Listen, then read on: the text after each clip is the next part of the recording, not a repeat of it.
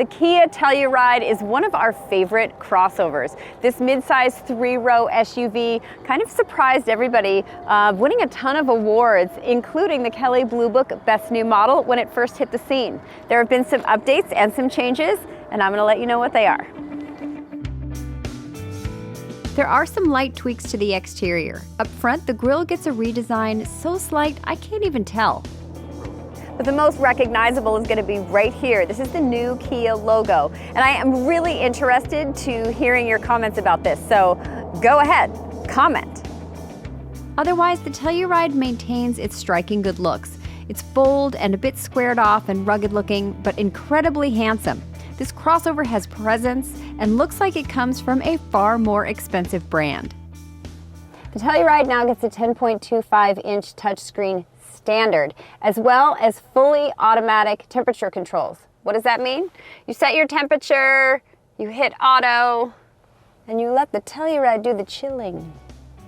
Mostly what you're going to find in the new Telluride are things you can't actually see, but you'll appreciate them when you're driving. A whole host of advanced safety features now come standard across all trim levels. Those include driver attention warnings, blind spot collision avoidance assistance, rear cross traffic collision avoidance assists, lane keeping assist, and a lane following assist.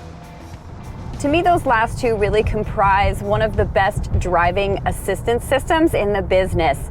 It's smooth, it never feels really intrusive or panicky when it's moving you into the center of the lane, which is honestly really what you want. You want it to be there, but you don't want to notice it. Driving the Telluride on the whole is a quality experience. It comes equipped with a 3.8-liter V6 with power that feels more than adequate for this large SUV. Would it be nice to have another option? Yes, but if this is all we get for now, so be it. As far as how it drives, the Telluride gets precise steering, feels very comfortable on the road as far as the suspension is concerned. If you're spending a lot of time in your car, hauling kids or commuting, you really do want something that you can spend a lot of time in and not feel fatigued. To me, the Telluride is really a complete package when it comes to drivability. Fuel economy numbers are competitive in the segment. So as you can see from that previous graphic, the Telluride comes in front and all-wheel drive. And yeah, when it comes to gas mileage, you will take a little bit of a hit.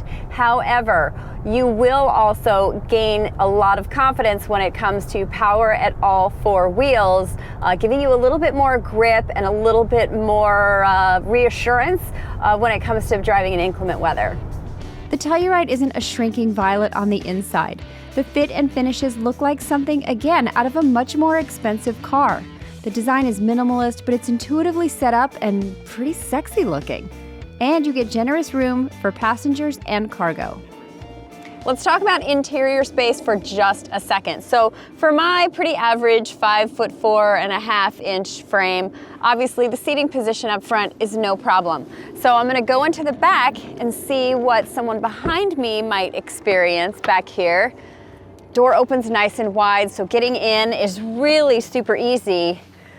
I'm looking at this space right now. I don't know, this slides back, so this has kind of got like Mike Danger accommodation in here. It's pretty good. Slides all the way forward to help out maybe the person in the third row, and that's what we're gonna check out next, because that's really the ultimate test of this, is could a human being fit in there and not just your poodle. There's an automatic seat mover forwarder. That's the official term for that. And I'm sitting back here. It's really not all that bad. If I move this back, I have some room. I don't want to be back here for 8 hours, but I'd do a stint to the beach. On the base model LX, you'll get 18-inch alloy wheels, a leather-wrapped steering wheel, smart key with push button and remote start, navigation-based smart cruise control, that's new for this model year, and Apple CarPlay and Android Auto. There are 3 trim levels above the base LX. With those, you'll get added creature comforts including second-row captain's chairs, wireless phone charging, power sunroof and roof rails, 20-inch alloy wheels, and safe exit assist. The EX adds leather seats, a power liftgate, integrated second row sunshades, and 7 USB ports. The top-of-the-line SX adds heated and ventilated front seats, a Harman Kardon 10-speaker audio system, and a surround view monitor and blind spot view monitor. If you're cross-shopping, other models to look at are aplenty, including the Ford Explorer, Hyundai Palisade, Honda Pilot, Toyota Highlander, and since the Telluride leads to the premium side of things, I'll include the Lincoln Aviator for good measure. Telluride's base price starts at $32,800, but depending on how you spec it, you can get upwards of 50 grand. This one, $51,010 for all its fancy pants gizmos. Don't forget to add Kia's destination charge of $1225 when you're putting together your budget. It's worth mentioning that every single one of those competitors I named have a higher base price than the Telluride.